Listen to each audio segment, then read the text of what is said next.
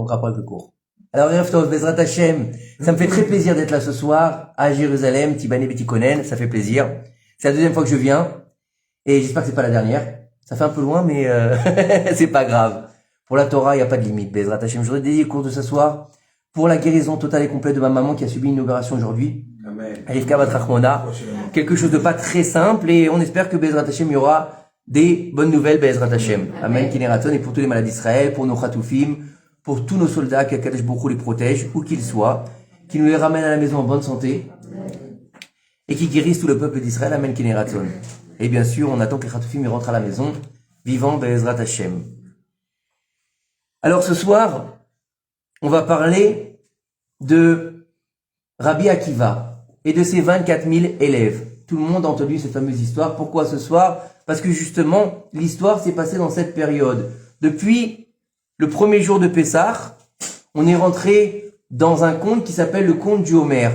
Et en fait, à la base, cette chose-là, si vous pouvez vous mettre en vibreur, ce serait gentil. Merci. À la base, la période du Homer, c'est pas une période de deuil, c'est une période de joie. C'est une période où on va compter les jours qui nous séparent de Pessah à Shavuot. À tel point que nos sages nous disent, pourquoi on se rase pas pendant cette période, on se couche pas les cheveux? Alors vous allez me dire, parce que les élèves de Rabbi Akiva, ils sont morts. Mais avant les élèves de Rabbi Akiva, on se rasait ou on se rasait pas? Quand est-ce que ça a eu lieu, les élèves de Rabbi Akiva? Premier temple ou deuxième temple? À quelle période on est dans l'histoire? Alors il faut savoir que l'époque de Rabbi Akiva, c'est fin du second temple, et pas du premier temple. Donc le Homer, est-ce qu'on le comptait pendant le premier temple? Oui. Le Homer, c'est quoi?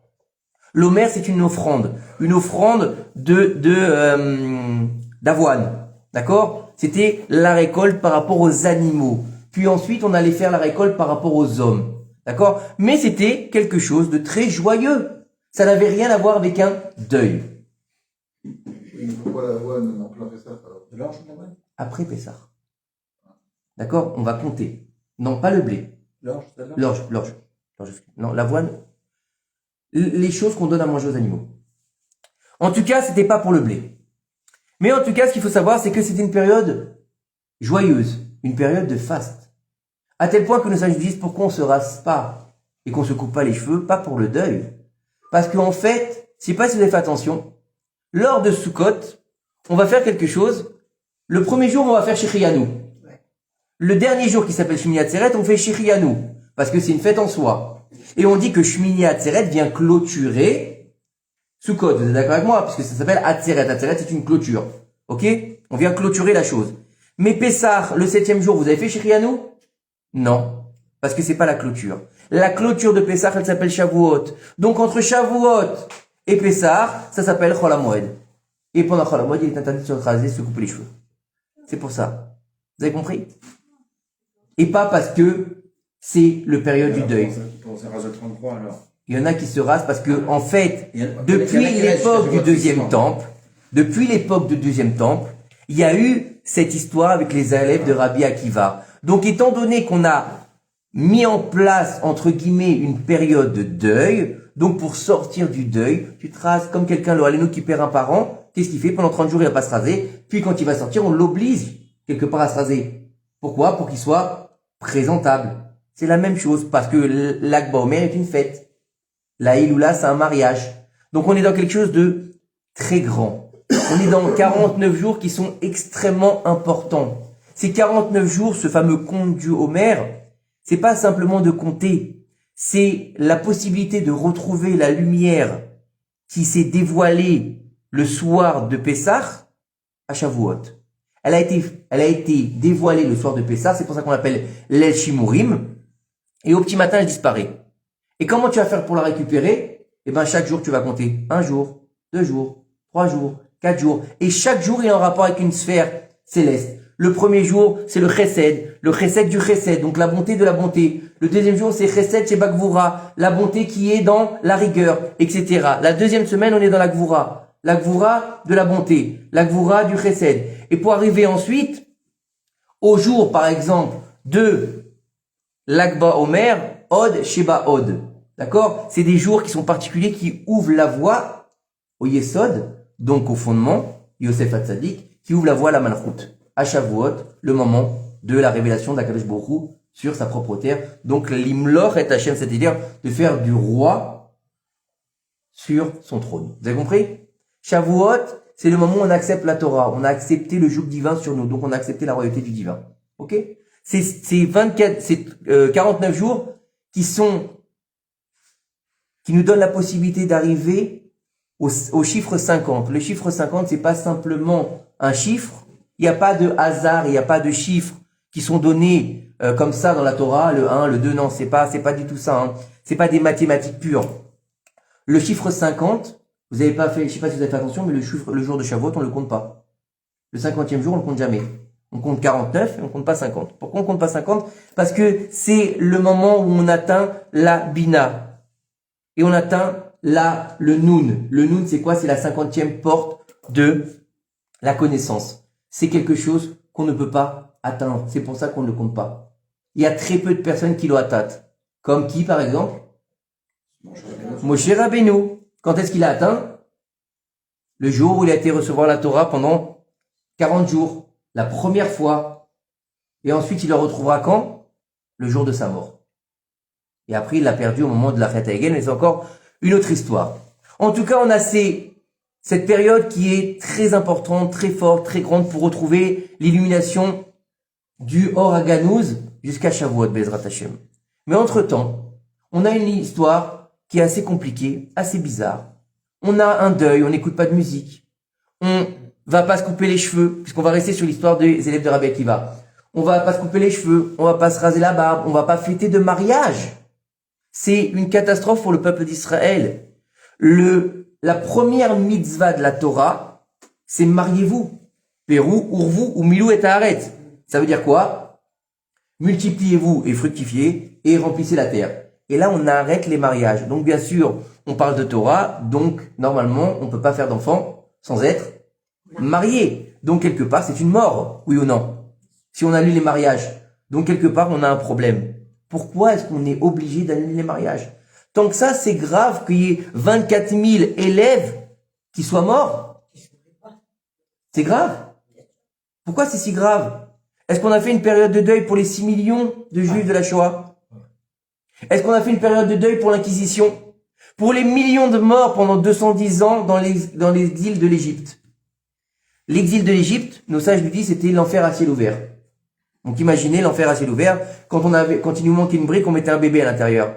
Pourquoi on fait pas un deuil sur cela aussi? Ça paraît logique ou pas? Alors écoutez-moi bien. Il faut savoir que, en fait, on fait pas le deuil sur les 24 000 élèves qui sont morts. Et d'ailleurs, de dire 24 000 élèves, c'est faux. C'est 12 000 et 12 000. Alors vous allez me dire, mais c'est pareil. C'est pareil. Non, justement, c'est pas pareil. Et vous allez comprendre pourquoi.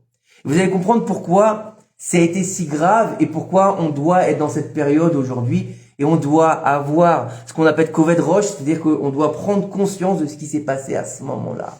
Et ça doit être un message pour nous aujourd'hui, en 2025, de l'ère vulgaire, de comprendre qu'est-ce qui s'est passé à l'époque des élèves de Rabbi Akiva. Qu'est-ce qui s'est passé avec Rabbi Akiva et pourquoi on va devoir subir, entre guillemets, les non-mariages, pas de musique, etc., etc. Alors écoutez bien. Tout le monde connaît l'histoire de Rabbi Akiva. Il avait 24 000 élèves et qui sont tous morts pendant du premier jour de Pessah jusqu'au 33e jour qui s'appelle Lag BaOmer. D'accord? On parle de 24 000 personnes. Ça fait un peu plus de 700 lévayotes par jour. D'accord? Imaginez. Donc lui, c'est le Rav. Il doit assister à 700 enterrements par jour et il doit aller donner les condoléances à 700 familles. Vous imaginez? Non, vous même pas imaginer. C'est pas la peine. C'est horrible. C'est terrifiant. Et Rabbi Akiva, il va enterrer tous ses élèves. Dans cette période, jusqu'à Lag BaOmer. Lag BaOmer, c'est la fin de l'épidémie. Mais on peut se poser une question. S'ils sont tous morts jusqu'à Lag BaOmer, il restait qui à tuer? Personne. S'il y en a 24 000 qui sont morts du premier au 33e jour, c'était fini. Donc quoi qu'il arrive, qu'est-ce qui aurait pu se passer? Il aurait pu se passer que Rabbi Akiva baisse les bras. Et là, on aurait été embêté. Et vous allez comprendre, maintenant, on va rentrer dans le vif du sujet. Je vais vous demander d'être attentif parce qu'il y a beaucoup, beaucoup de noms. Ce que je vais vous partager ce soir, ça vient pas de moi. C'est des enseignements qui viennent du Rama de Pano et du Harizal. Et ça vient de Shahar Gilgulim. Donc on va parler ce soir des réincarnations. On va parler ce soir du fait de plusieurs vies. Il faut savoir qu'on n'a pas une seule vie, on a plusieurs vies. On est comme les chats. Sauf qu'on s'en souvient pas forcément. Et toutes les personnes qui sont là ce soir, il n'y a pas un seul de nous qui avons une Neshama neuve. On est tous des Neshama qui avons déjà vécu. Ça vous est déjà arrivé d'être allé quelque part, pour la première fois, vous dites, mais je suis déjà venu ici. Comment ça se fait? Parce que vous êtes déjà venu ici. Dans un autre corps, dans une autre époque. Et là, quand vous venez à cet endroit, vous venez finir le tikkun que vous avez commencé à l'autre époque. Vous pouviez être un homme, vous êtes devenu une femme, vous pouvez être une femme, vous êtes devenu un homme. C'est pas un problème, ça. Et bien sûr, après, il va y avoir d'autres possibilités d'être incarné, mais ça, c'est plus difficile, c'est-à-dire dans l'inanimé, dans une pierre, par exemple, dans une plante. Vous avez vu, on a fait Birkat Hailanot, pourquoi? Parce que des fois, il y a des gens qui se réincarnent dans les arbres et dans les plantes, dans les fruits, dans les aliments, d'accord, dans les animaux, et bien sûr dans les êtres humains, d'accord. Et on dit que les tzadikim, ils se réincarnent dans les poissons. Pourquoi les poissons? Parce que c'est le seul animal qui n'est pas sujet à Ainara. C'est pour ça qu'il n'a pas de paupières, le poisson, parce qu'il vit dans l'eau, il est caché. C'est un monde qui nous appartient pas, l'eau. On devait à la base vivre dans l'eau, mais à cause de la malédiction, on ne peut pas vivre dans l'eau. C'est encore un autre niveau, une autre fois, Bezrat Hashem. En tout cas, Rabbi Akiva, Kodesh Kodashim, un géant au Torah, qui a vécu à l'époque du Second Temple, fin d'époque du Second Temple. Tout le monde a entendu parler de Rabbi Akiva? Il s'appelait à la base Akiba Ben Yosef, il s'appelait pas Rabbi. Il n'avait pas d'élèves. Et il était particulier, cet homme-là. Il détestait les Talmidei Chachamim. C'est bizarre ou pas? Un rabbin qui détestait les rabbins. Mais à l'époque, il n'était pas rabbin. Il était à Maharetz. Pourquoi? Comment il est devenu Rabbi Akiva? Qu'est-ce qui s'est passé? Et qu'est-ce que c'est que cette histoire? Pour comprendre l'histoire de Rabbi Akiva, il faut revenir très loin avant dans la Torah même. Rabbi Akiva, on ne l'a pas dans la Torah. Vous êtes d'accord? Dans les 5 livres du Chumash, vous n'avez pas là-bas Rabbi Akiva. À quoi que, on a son enseignement, Ve'afta l'eracha kamocha. Mais ça, c'est pas lui qu'on voit, c'est marqué dans la Torah. On revient dans le Sefer de Bereshit. Mais de base, c'est un converti. Oui, tout à fait. Il y en a qui disent qu'il est converti, il y en a qui disent que c'est un fils de converti. Mais il y en a qui disent plus qu'il était fils de converti, Akiba Ben Yosef, que Rabbi Meir était converti, ou fils de converti. Écoutez bien, on va revenir dans le Sefer de Bereshit. Dans le livre de Bereshit, tout le monde connaît l'histoire de la création du monde, puis des patriarches. On va voir 3 patriarches. Le premier Abraham, le deuxième Yitzhak et le troisième Yaakov. Yaakov, il a une vie particulière. Yaakov, depuis qu'il est dans le ventre de sa mère, il est acculé par des problèmes avec le monde entier. Déjà dans le ventre de sa mère, son frère il veut le tuer. Ensuite, il sort, il va être tranquille, lui, en train d'étudier la Torah, et son frère, il lui vend son droit d'aînesse. Puis il veut le tuer encore une fois. Il va arriver chez son beau-père, là-bas, il va se faire arnaquer par son beau-père. Il veut épouser Rachel, il épouse Léa. D'accord? On lui dit, tu travailles pour des moutons rayés, on lui donne des moutons striés. Bref, une catastrophe. Il finit tout ça, il revient en Israël sauf, il fait la paix entre guillemets avec son frère. Il arrive en Eretz Israël et là, il s'installe dans une ville qui s'appelle Shrem. Et à Shrem, il y a un roi là-bas. Et le roi, il s'appelle Hamor. Hamor, un âne. D'accord? Le roi de Shrem, il s'appelle Hamor. Il a un fils qui s'appelle Shrem ben Hamor. Donc lui, c'est le prince et lui, c'est le roi. Maintenant, ces deux hommes-là sont des gens des nations du monde. Et Yaakov, on n'a pas encore de peuple d'Israël, on est juste une famille qui a été choisie par Akadosh Baruch Hu pour devenir le peuple d'Israël. Yaakov, on l'appelle le Bechir Avot, celui qui a été choisi pour mettre au monde les 12 tribus. D'accord? Donc il va avoir 12 garçons. Tout le monde les connaît. 12 tribus. Il va avoir une fille. Il va avoir une fille qui s'appelle Dina. Dina, le din, d'accord? La rigueur, ou plutôt le jugement. Et Dina, elle va sortir de la tente. Et on lui dit là, une histoire atroce dans la Torah. Atroce. Il y en a qui disent qu'elle avait 6 ans. Il y en a qui disent qu'elle avait 12 ans. Shrem, il la voit, et malheureusement, il la viole. À plusieurs reprises. Devant toute sa garde.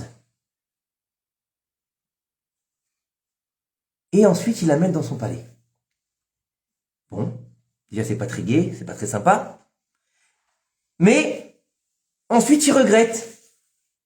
Il est pas bien avec cette histoire. Alors, il va envoyer son père chez Yaakov pour épouser Dina. Je veux l'épouser. Il va lui dire, Hamor, mon fils, il s'est entiché de ta fille, il veut l'épouser. Mais Yaakov, quand on regarde le texte là-bas, il dit rien. Rien du tout. Il parle pas. Il va arriver, les enfants, ils vont arriver du champ, ils étaient au champ, c'était des bergers. Et là, ils vont exploser de colère. Et là, ils comprennent pas. Et là, ils disent, est-ce qu'on va faire de notre sœur une prostituée? C'est les mots de la Torah, hein. Puis, il y en a 2 qui vont prendre la parole et vont dire, qu'est-ce que vous voulez exactement? Alors, Shrem va dire à son père, dis-leur qu'on veut se lier les uns aux autres. On veut faire une seule nation entre vous et nous. Alors les enfants de Yaakov vont dire, il y a un petit problème. Ils vont dire, oui, d'accord, lequel? Depuis Abraham Avinu, on a une mitzvah qui s'appelle la Brit Mila. Tout celui qui veut rentrer dans l'alliance d'Abraham, il doit être circoncis. Kedat Moshe Israël. Très bien. Et donc, si vous voulez vous marier avec nos filles, et que nous épousions vos filles, et qu'on fasse une grande nation, il faut vous circoncire. Ah, très bien. Banco, on va se circoncire. Ils vont se circoncire Shrem et Hamor, puis ils vont rentrer dans leur ville, Tava Shrem, et ils vont annoncer à la population, voilà, on va amener chez nous la famille de Yaakov. Les filles juives, elles sont magnifiques, elles sont belles. Nous, elles sont un peu moches, hein. Donc, on va voir les belles, mais pour ça, il faut un petit sacrifice. Lequel? Une petite circoncision. Oh, que ça? Ouais, que ça. Et on dit, le Midrash, il dit que le frère de Hamor et 9 personnes ne s'étaient pas circoncis. Et quand ils ont vu le mal de la circoncision, ils ont vu comment dans l'état était le peuple, ils ont voulu se venger en disant, ceux-là se sont moqués de nous. Maintenant que le peuple entier est en train d'être circoncis, il a la merci de toutes les populations qui vivent en Eretz Kenaan. Donc on risque de mourir. On va se lever, on va aller tuer la famille de Yaakov, on va laver l'affront qui a été fait à notre peuplade. Dina, elle entend ça, elle envoie un message à ses frères. 2 de ses frères, Shimon et Lévi, qui ont 12 ans à l'époque. 12 ans. Les petits garçons. Ils s'arment de leurs épées. Et ils vont à Shrem et ils tuent tout le monde. Tout le monde. Un carnage. Très bien. Ils reviennent chez leur père et leur père leur dit, mais qu'est-ce que vous avez fait? Qu'est-ce que vous m'avez fait? Vous avez levé la souffrance contre moi. Maintenant, tout le monde va vouloir nous attaquer. On n'est plus tranquille. On était là, un peu, discret. Et là, maintenant, ils vont tous nous attaquer. Alors, ils lui ont dit, mais dis-moi, ils avaient qu'à pas salir notre sœur. C'est leur problème. Ils ont récupéré Dina, ils l'ont ramenée à la maison. Et l'histoire se poursuit. Yaakov, il continue. Shrem, il a été tué. Hamor, il a été tué. Les 24, toute la garde elle a été tuée. Et maintenant, toutes ces âmes-là, elles vont monter au ciel. Elles ont fait la Brit Mila. Donc, qui dit Brit Mila à l'époque, dit conversion. dit conversion. Parce qu'à l'époque, il n'y a pas de beddin qui convertit. C'est pas comme aujourd'hui, quelqu'un qui veut se convertir, il va aller faire 5 ans d'études, d'accord? Il va aller se convertir, et puis après, il va passer par devant 3 rabbins comme Popstar, et puis il va répondre aux questions, et puis après, il va faire la circoncision, puis il va finir dans l'ambiguïté, et ça y est, les juifs. Non. À l'époque, il n'y a pas tout ça. À l'époque, faut accepter le joug divin, comme Abraham, qu'est-ce qu'on a dit de lui? Toutes les âmes qu'il a fait à Haran. Tous ceux qu'il a ramenés sous les ailes de la Shrina. D'accord? Et donc, ils sont circoncis. Donc, quelque part, ils sont convertis ou pas? Oui. Mais est-ce que leur motif de conversion était pur ou pas? Non. Ben non. Ils se sont convertis pourquoi? Pour pouvoir avoir les filles d'Israël. Mais est-ce que c'était dans le sens de se marier ou de profiter de la débauche? De la débauche. Donc, quand ils vont monter au ciel, ils arrivent au ciel et on a un problème. On a un problème avec ces gens-là. C'est vrai qu'ils ont fait la circoncision. Et c'est vrai qu'ils ont fait une conversion. Mais une conversion qui n'était pas totalement honnête. Donc maintenant, qu'est-ce qu'on va faire avec eux? Comment on va savoir si c'était propre ou c'était pas propre? Si c'était bien ou c'était pas bien? Alors, dans le ciel, il y a un joker qui s'appelle le Gilgoul. Alors on va les renvoyer sur terre pour voir si dans la même épreuve, ils vont être cachers ou ils vont pas être cachers. Est-ce qu'ils vont faire les choses correctement ou est-ce qu'ils vont pas faire les choses correctement? Et combien d'hommes sont morts dans cette histoire-là? 24 000. 24 000 non-juifs qui se convertissent à l'époque de Yaakov Avinu, qui ont fait une conversion qui est biaisée, quelque chose qui n'est pas du tout correct avec la Torah, en adéquation du tout avec la Torah. D'accord? Donc on va les renvoyer. On va les renvoyer pour les tester encore une fois. Et on a maintenant une histoire qui doit se rejouer, mais autrement. On ne peut pas les renvoyer à la même période, parce que sinon on va avoir un problème. Ils sont déjà passés par là, ils ont compris. Donc on va devoir attendre un petit peu. On va devoir attendre quelques années, quelques même centaines d'années. On va attendre que les Bnei Israël ils sortent d'Égypte. D'ailleurs, avant ça, on sait que Dina, elle-même, était un Gilgoul. Le Gilgoul de qui? De la maman d'Avraham Avinu. Dina, c'est Amtalai Bat Karnevo, la maman d'Avraham Avinu, qui l'a enfantée quand elle était Nida. Donc c'est pour ça qu'elle s'appelle Dina. C'est les mêmes lettres. C'est le même mot, mais organisé différemment. D'accord? Donc Dina, si Dina en tant qu'Amtalai, elle a été fécondée pendant qu'elle était Nida, donc c'est-à-dire qu'elle a été fécondée par l'impureté du serpent, puisque la Nida c'est l'impureté du serpent, donc il va falloir que l'impureté du serpent, il a récupéré cette Nida. L'impureté du serpent, il se trouve où? Chez les gens qui sont incirconcis, chez Shrem ben Hamor.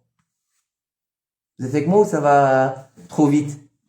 Dites-moi si ça va pas, je répète. Ça s'appelle Achivi, Shrem Achivi. Voilà, Shrem, il était non circoncis. C'est un serpent. Shrem, c'était le serpent. Donc, on va revenir à cette histoire. On a besoin de réparer Dina. On a besoin de réparer 24 000. On a besoin de réparer une colère. Parce que si vous avez bien lu la Torah, si vous connaissez un petit peu la Torah, le jour de sa mort, Yaakov Avinu va faire venir ses 12 enfants autour de lui.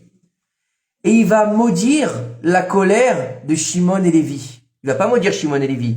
Il va maudire leur colère. Quel est Hamas? Quel est Hamas? Il va dire, vous avez utilisé un outil qui est pas à nous. Quel est Hamas, justement? C'est quoi Hamas? C'est la violence, c'est ce qu'on vit aujourd'hui. C'est où le Hamas? D'où ça vient? À l'époque de Noach. Et la terre, elle était remplie de Hamas. La violence. On ne pourra jamais faire la paix avec le Hamas. C'est impossible. Parce que son essence, c'est la violence. Son essence, c'est Péré Adam. C'est un sauvage homme, c'est pas un homme. Vous avez compris? Donc on n'est pas du tout dans la possibilité de faire avec ces gens-là. Voilà. C'est plus simple. La paix, c'est impossible. Et pourquoi Yaakov, il leur dit ça? Yaakov, il leur dit, vous avez rien compris. Il leur dit, vous vous êtes comportés comme des non-juifs. Vous n'avez pas fait attention que Yaakov Avinu, il va sortir de Beersheva pour aller chez Lavan. Le Midrash, il nous dit, il y a Eliphaz, son neveu, qui va venir, il va le détrousser. Hein? Parce que Ani Kemet, il lui dit, ton père, il t'a dit de venir me tuer, prends tous mes biens, et tu lui diras, voilà, c'est comme si je l'avais tué, puisque je suis comme un mort, parce que je suis pauvre. Pourquoi il lui met pas une tannée? C'est son neveu? Mets-lui une bonne tannée, et on n'en parle plus. Est-ce que Yaakov était moins fort que Esav? Vous saviez ça ou pas? Yaakov, il se bat contre un ange. Avant de se battre contre son frère, il n'est pas capable de se battre contre son frère. Est-ce qu'il se bat avec son frère? Jamais, il s'embrasse. Pourquoi il se bat pas contre son frère? Pourquoi il met pas une tannée à la vanne quand il essaie de lui faire des crasses? Il met une tannée à personne. Il frappe personne. Il s'embrouille avec personne. Il subit. Yaakov. Imaginez le traumatisme quand il s'est réveillé le lendemain de sa noce, qu'il a vu Léa, alors qu'il voulait épouser Rachel. Ça fait 7 ans qu'il bosse pour elle, le pauvre bougre. 7 ans, il se réveille, c'est pas la fille qu'il attend. Et vous seriez pas en colère? Non? Excusez-moi, vous êtes, non? Non, détendez-vous, vous êtes bien. Non, bah écoutez, c'est pas grave, ça fera le 2 pour le prix d'une, c'est cool. Vous êtes en colère? Oui. Rien, il lui dit rien à son beau-père. Pourquoi tu m'as fait ça? Ah, c'est comme ça chez nous, hein, la plus grande avant la plus petite. D'accord. Il aurait pu s'énerver, rien. Pourquoi? Parce que Akol Kol Yaakov. La voix, c'est la voix de Yaakov. Yaakov, il veut pas se comporter comme Yadaim Yedé Esav. Il n'est pas d'accord d'utiliser les mains d'Esav. Jamais il veut se comporter comme un non-juif. Il veut pas en arriver à la guerre. Alors vous allez me dire, mais il s'est battu avec un ange. Comment on se bat avec un ange? Avec les mains? Non. C'est spirituel. C'est une guerre spirituelle. Donc on est carrément dans autre chose. Oui ou non? Tu te bats avec un ange, toi, avec les mains? C'est un ange. C'est pas un homme. À quoi il ressemblait? Vous savez ou pas? Ça va ou pas? À Esav. Eh non, pourquoi il ressemble à Esav? Écoutez bien ce que nous dit, Pardon, pourquoi on dit que son nerf sciatique a été atteint alors à Yaakov, pas à l'ange. Oui, à Yaakov. Est-ce qu'un ange, il a besoin de frapper pour faire du mal? Comment ils ont détruit ce homme? Je pose la question. Ils ont mis le feu? Ils avaient des allumettes? Non. Un ange, il n'a pas besoin. Comment il a guéri Abraham? Dès qu'il arrivait l'ange Raphaël, Abraham était guéri, il a couru, alors qu'il était le 3e jour d'Abrit Mila. L'ange, il n'a pas besoin de faire quoi que ce soit. Vous comprenez? L'ange, il n'a pas besoin de faire une action particulière, il n'a pas besoin de prendre des allumettes pour brûler ce homme. Il va juste la regarder. Vous comprenez? Ils les ont fait rentrer dans la maison, ils sont tous devenus aveugles. Comment il a fait? La question, c'est que c'était une bataille physique. C'est ce qu'elle veut dire. C'est une bataille spirituelle. Non. Non, la bataille physique n'a pas eu lieu, puisque le lendemain, ils se sont embrassés. C'est une bataille spirituelle. C'est une bataille spirituelle. D'ailleurs, on dit que la poussière de leurs pieds, elle montait jusqu'au ciel. C'est quoi ça? C'est le rouach. Tout ça, c'est spirituel. Arrêtez de lire la Torah au premier degré. Comment il s'appelle? Israël. À ce moment-là, il va l'appeler Israël. Il se bat contre le Sar à Esav. Le Sar d'Esav, pas contre Esav. Il se bat spirituellement. Le Admour Azaken, il nous dit que le Sar d'Esav, il ressemblait à quoi? Ish, il y a marqué là-bas. Ish, c'est quoi? Ish, c'est un homme. Il dit là-bas, il ressemblait à un Talmid Chacham. Il ressemblait à un rabbin. À la fin des temps, les rabbins, certains gens qui se feront passer pour des rabbins, se lèveront contre les vrais Talmidei Chachamim. C'est ce qui se passe aujourd'hui. Il y a une guerre dehors entre certaines personnes qui sont parties pour des rabbins. Vous avez ce qu'on appelle les rabbanés sheker, ceux qui vous allez voir et qui vous disent « Je sais qui tu es, je te connais, il y a 10 jours tu as mangé un hamburger, il y a 27 jours tu étais avec une fille. » Vous les connaissez ceux-là? Rabbanés des sheker. Ceux qui vous disent « Donne-moi 2000 et tu n'auras plus rien. » Faut pas les connaître d'ailleurs. Ceux-là, c'est le Sar de Esav. D'accord? Maintenant on revient à notre histoire. Donc, on va les tester une nouvelle fois. On va sortir d'Égypte. On va rentrer dans les pérégrinations pendant 40 ans. Et à un moment donné, on va avoir une histoire qui est hors du camp des Bnei Israël. C'est la seule histoire qui est rapportée par la Torah qui n'a rien à voir avec les Bnei Israël. Puisque depuis la sortie d'Égypte, ça se passe où? Avec les Bnei Israël, vous êtes d'accord? Même l'histoire avec Pharaon, ça se passe aussi entre Moshe et Pharaon. Mais il y a une histoire dans la Torah où les Bnei Israël ne sont même pas au courant de ce qui se passe. C'est la paracha de Balak. Dans la paracha de Balak, les Bnei Israël, ils sont tranquilles et de l'autre côté, on va voir Balak ben Tsippor qui va faire appel à Bilham. Vous connaissez toute l'histoire. Bilam, le magicien, Balak, le magicien, qui avait un oiseau qui prédisait l'avenir, et Bilam qui avait un œil de verre et qui voyait avec son œil que le mal. Vous connaissez ou pas? Qui a fait 7 bamot pour maudire le peuple d'Israël et qui les a bénis en fin de compte. Vous connaissez l'histoire? Ouais. Il n'a pas réussi à les maudire. Et à la fin de la paracha de Balak, on va avoir une histoire terrible. Bilam, il est déçu de ne pas avoir pu faire tomber le peuple d'Israël. Et il doit se séparer de Balak. Mais il lui dit avant qu'on se sépare, je sais que j'ai pas réussi à les maudire, mais je vais te donner un conseil. Un dernier conseil. T'en fais ce que tu veux. Mais sache que le Dieu d'Israël, il y a une chose qu'il déteste le plus au monde. Et il dit, j'écoute. Et il lui dit la débauche. Il lui dit la débauche, Dieu, c'est ce qu'il déteste le plus au monde. Il lui dit, alors, il lui dit, tu vas leur envoyer des filles. Tu vas leur envoyer des filles là-bas, dans le camp d'Israël, et tu vas les faire tomber. Mais attention, ne va pas leur envoyer des filles comme ça, de but en blanc, parce que c'est les Bnei Israël, ils tomberont jamais. Donc, on va faire un stratagème. Il a dit, ah, qu'est-ce qu'on va faire? On va aller autour du peuple du camp d'Israël, là-bas, et on va faire un marché. On va faire un marché. Et là-bas, on va faire une brocante. On va vendre des bibelots, on va vendre des choses qu'ils n'ont pas, de la vaisselle, des habits, tout ce qu'on veut, voilà, nous, des spécialistes. Et là-bas, on va mettre à l'entrée du magasin une vieille femme. Une vieille femme, pas très bien, pas très jolie, machin, pour pas éveiller les soupçons. D'accord. Comme ça, ils vont venir en masse voir ce qu'on a à vendre. Très bien. Et lui dire ensuite, quand ils s'approcheront pour venir voir la marchandise, la vendeuse, donc la vieille dame, leur dira, oh, je vois que vous êtes quelqu'un d'important. Ces marchandises-là sont pas pour vous. J'ai quelque chose de mieux dans l'arrière-boutique. Comme ça, il dit Midrash, je vous raconte pas de bêtises. Je vous le romance un petit peu, c'est normal. Faut vous tenir un petit peu éveillé. Il lui dit comme ça le Midrash. Ce que je vous raconte, c'est du Midrash, j'invente rien. D'accord? Et là-bas, elle levait un rideau, il dit nos sages. Derrière, il y avait une jeune fille, pas très habillée, et très jolie. Et donc, forcément, face à l'épreuve. Et là, elle lui disait comme ça, dit Midrash, pourquoi vouloir faire la guerre avec nous? Nous venons de Moab. Vous venez d'Abraham. Vous êtes les Bnei Israël.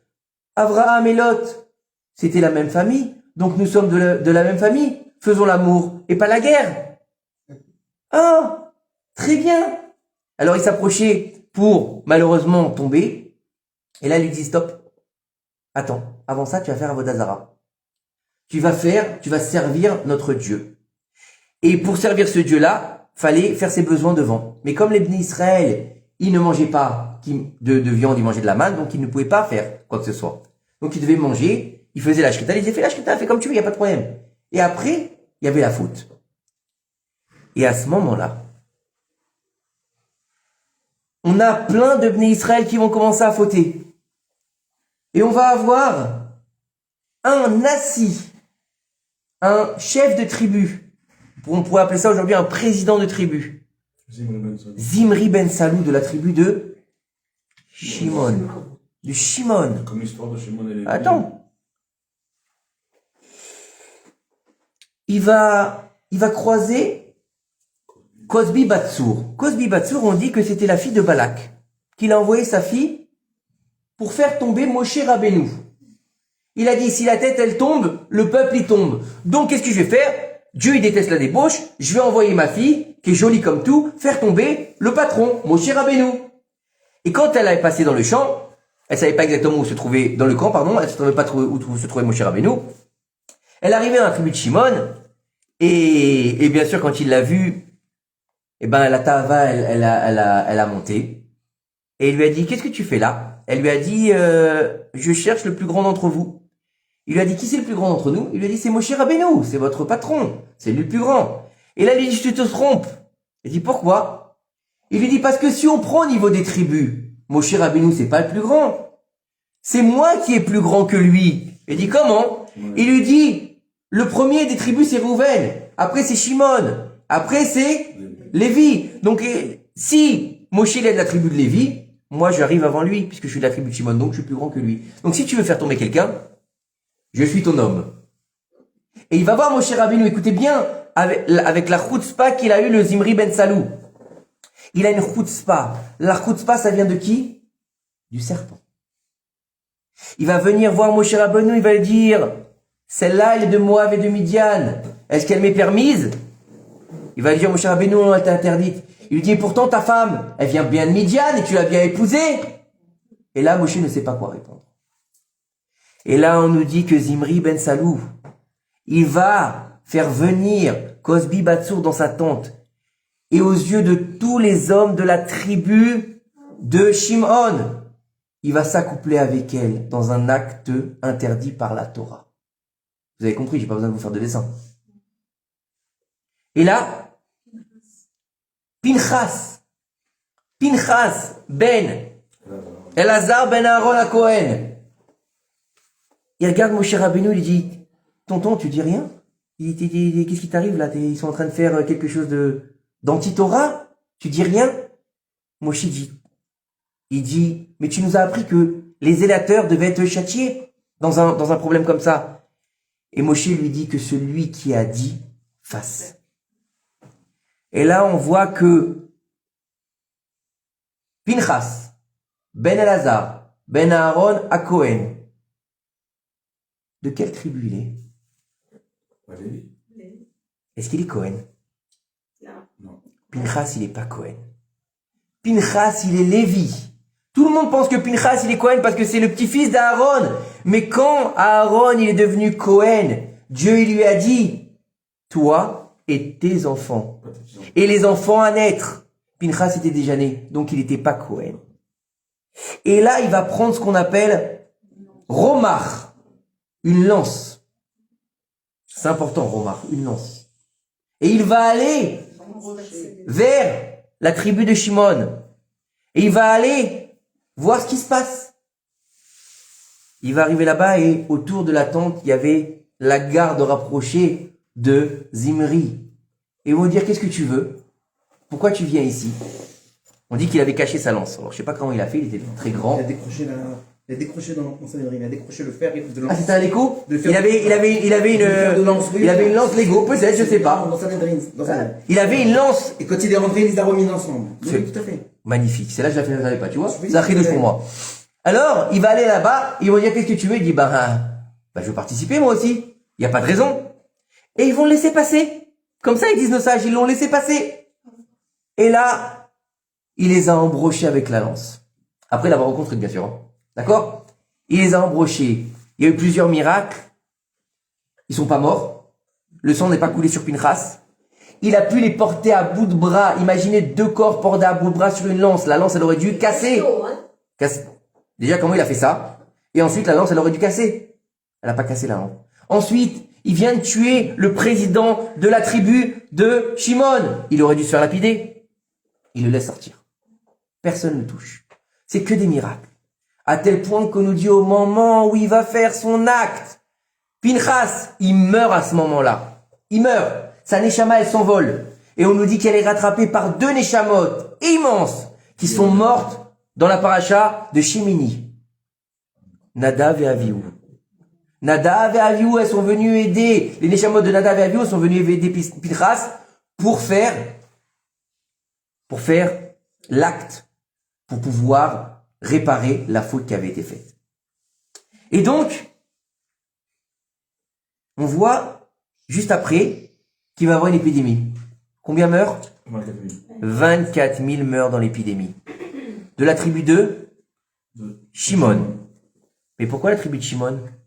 Si on voit que à l'époque c'était des non-juifs et qu'on est dans le désert maintenant, pourquoi la tribu de Shimon elle meurt? Pourquoi c'est pas une tribu qui meurt? Si c'est des convertis, donc ça aurait dû être des convertis qui meurent.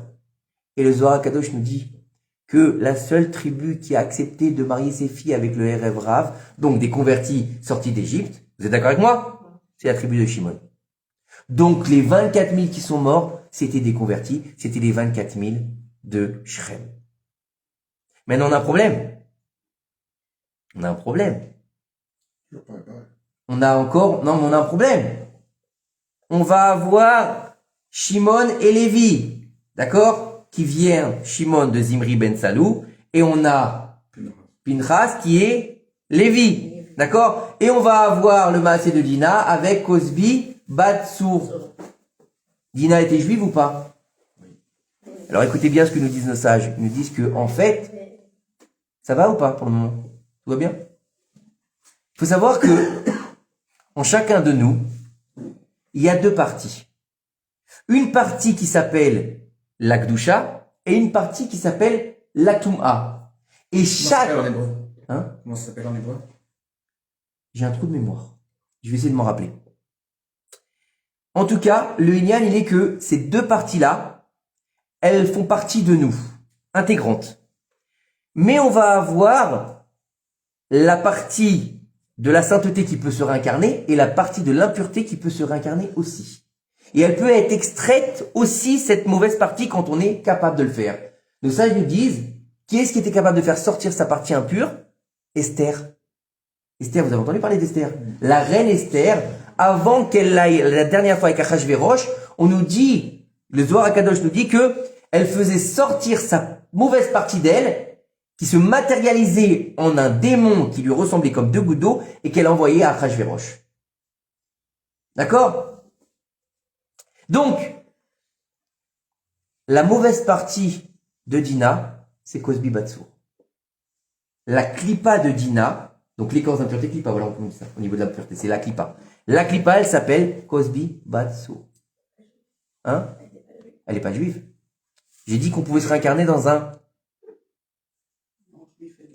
J'ai pas dit qu'on... C'est très compliqué, les réincarnations. Et donc, forcément, encore une fois, ils ont loupé le coche. Et ils sont tombés. Oui ou non? Vous êtes d'accord avec moi? Une épidémie, 24 000 qui meurent, 24 000 qui sont morts. On a encore une histoire avec une femme, on a encore une histoire de débauche, donc encore une fois une histoire du serpent. Donc on est toujours dans la même histoire. Puisque si c'est un juif avec une non-juive, ça s'appelle le serpent. Vous êtes d'accord? Je veux pas rentrer dans les lignes kabbalistiques par rapport à ça parce que c'est pas la peine. C'est pas le moment. D'accord? En tout cas, sachez que toute union avec une non-juive, c'est le serpent. Comme ça disent nos sages. Que ce soit un homme ou que ce soit une femme. Voilà. Et il y a des répercussions malheureusement. Sauf si on a fait tchouva, bien sûr, puisque la tchouva, elle pardonne tout. Mais après, quand c'est la débauche, c'est Zera Levatala, il faut des souffrances. Les tikkun. Les tikkun, c'est les souffrances. Le Zera Levatala, c'est les Il y a souffrances. des qui font des tikkun. Les tikkun dans la neige? Non, pas la neige, ça dépend, chacun. Aller au mikvé? Je sais pas. Prends Shahar Atikunim, et en fait, pour Zera Levatala, c'est quasiment impossible. C'est quasiment impossible. Ils font aujourd'hui, Donc, ils ouais, font en oui. public, ça, ils ont Oui, ils font, et tu sais, aujourd'hui, ils font beaucoup d'argent. C'est surtout ça. Non, mais il y a dans leur visa, il y a. Oui, oui. Qui est-ce qui est en mesure, qui est-ce qui est en mesure aujourd'hui de faire les cavanotes du Harizal? Excuse-moi. Je voudrais juste remettre les choses à leur place. Tu sais, Baruch Hashem, j'ai la chance de travailler avec un grand rave. D'accord? Le rave Israël Abergel de Netivot. Et on a eu des sirotes qui ne sont pas sortis au public, d'accord? Des sirotes qui sont entre nous, d'accord? Donc on est dans des massim très compliqués et très profonds.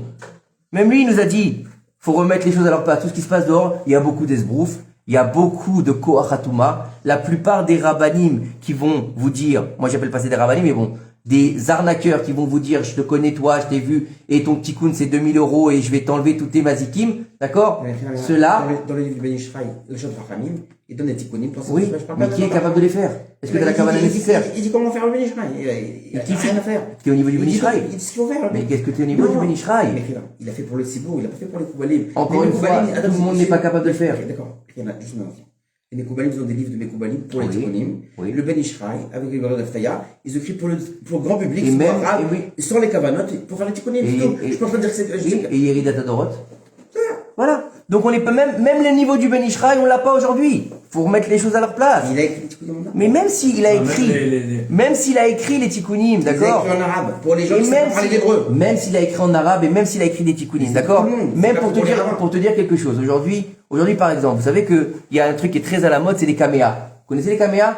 Hein? Qu'on écrit là, les Shem Hashem, les Shemot Akdoshim, et on vous met ça dans une amulette, ou on vous met ça dans un pétek, et on vous le donne à la maison, on vous l'envoie parce que vous avez donné Orat Keva et Yeshiva. Écoute bien, c'est pas de moi, hein.